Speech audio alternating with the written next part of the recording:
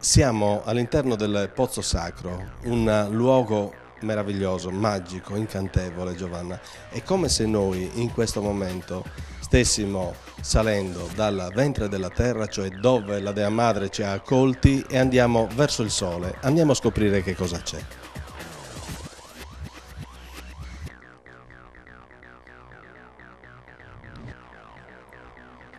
Ed eccoci arrivati all'esterno. La sensazione è stata straordinaria. Siamo nel sito nuragico di Santa Cristina di Paoli-Lattino. Siamo appena usciti da questo luogo, come ho detto prima, incantevole, che è il Pozzo Sacro. Cioè, cosa succedeva qui, Giovanna? Probabilmente questo era il santuario delle diverse tribù nuragiche, dove periodicamente si ritrovavano, diciamo, a rendere omaggio e ringraziare la Dea Madre. Probabilmente venivano ricchi di doni, di fede, diciamo, le popolazioni nuragiche, per cui questo tempio era per loro una sorta di forum, io lo chiamo un santuario federale, diciamo, una zona franca, dove probabilmente il luogo di culto diventava non solo luogo, diremmo, di richiamo principalmente religioso, ma forse anche economico e politico. Ecco, il pozzo è certamente bellissimo nella sua armonia, nella sua architettura, nella sua geometria, e non ha bisogno neanche di molte parole perché è un gioiello, insomma, parla da solo. Il pozzo è riportato alla luce in occasione della costruzione della 131 negli anni 60, è protetto come vedete da un doppio recinto. Probabilmente fa pensare che non tutti avevano accesso quindi all'area sacra, che era l'acqua. L'acqua, in poche parole, che cos'era? Era la manifestazione divina, era quel liquido vitale con cui la madre terra dava la vita, diciamo, per cui all'acqua probabilmente erano legati tutti i loro rituali e cerimoniali. Non a caso nell'acqua c'è proprio una specie di sedile dentro. La profondità è di circa 50 cm, anche perché l'utilizzo dell'acqua non era certamente a fini pratici, ma era certamente a fini cultuali. Io la chiamo quasi la Lourdes nuragica, in un certo senso. Poi, come ho detto, il pozzo è protetto da un doppio recinto e il recinto interno ha mantenuto ancora i sedili originali. Questo fa pensare che probabilmente venissero praticati rituali, cerimoniali legati all'acqua. E poi sembrerebbe che al pozzo gli manca anche la parte alta, cioè la copertura, viene ipotizzata quasi con una sorta di controcupola, un nuraghe, insomma, no?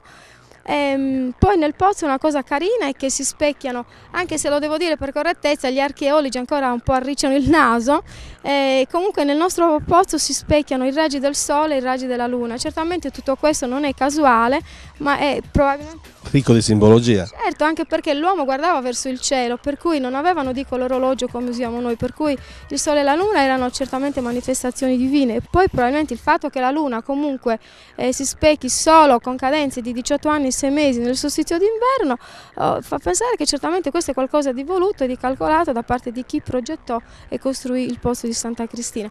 Poi certamente gli archeologi giustamente devono andare cauti perché è il loro lavoro, insomma, però non possiamo far finta che effettivamente questo sia qualcosa di casuale. Ecco, poi cosa posso aggiungere? Attorno al posto ci sono strutture capannicole che emergono, quindi c'era tutto un villaggio che erano probabilmente... Pullulava di vita.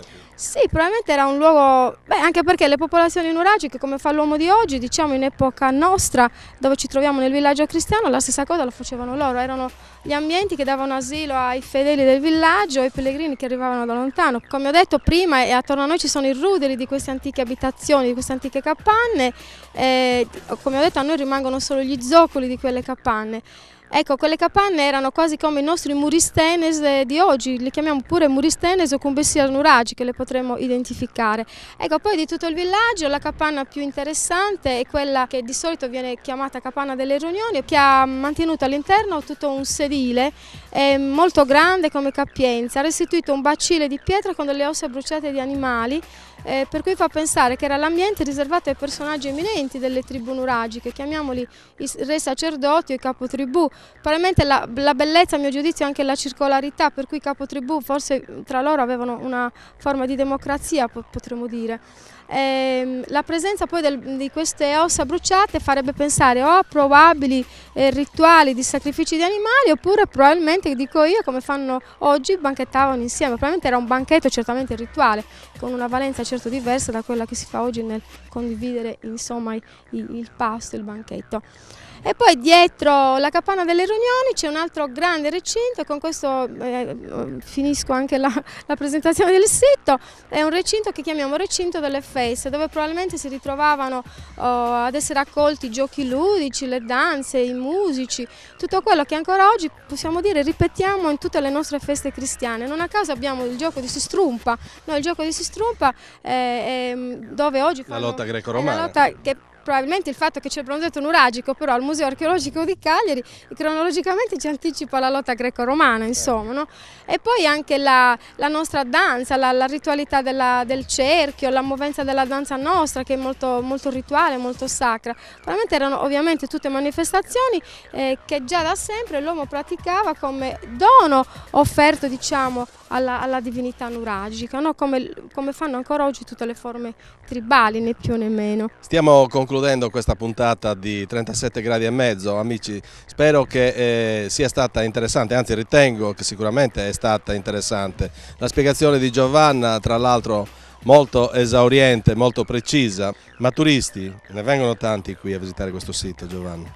Diciamo che la nostra posizione è molto fortunata perché siamo a ridosso dell'arteria stradale più importante per noi sardi, quindi la Sassari Cagliari.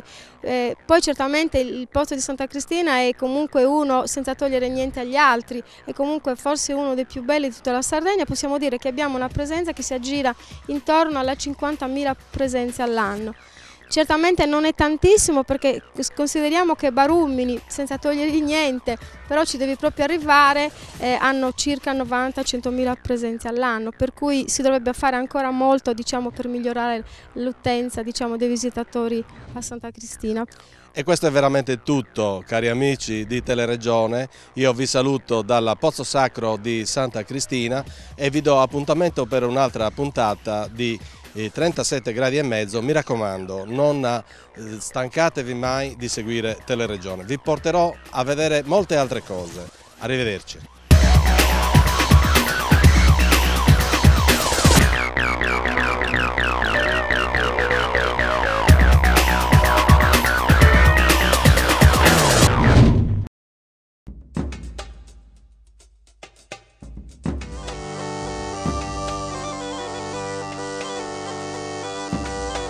Da 6 anni in TV c'è uno spazio aperto alle opinioni. Nel palinsesto di Teleregione c'è una striscia quotidiana che giorno dopo giorno intrattiene, diverte e fa riflettere. Uno spazio per la solidarietà, la politica, la cultura, lo sport e lo spettacolo. Tutti i giorni su Teleregione c'è Die pro Die, l'altra informazione, condotta da Paul De Santi.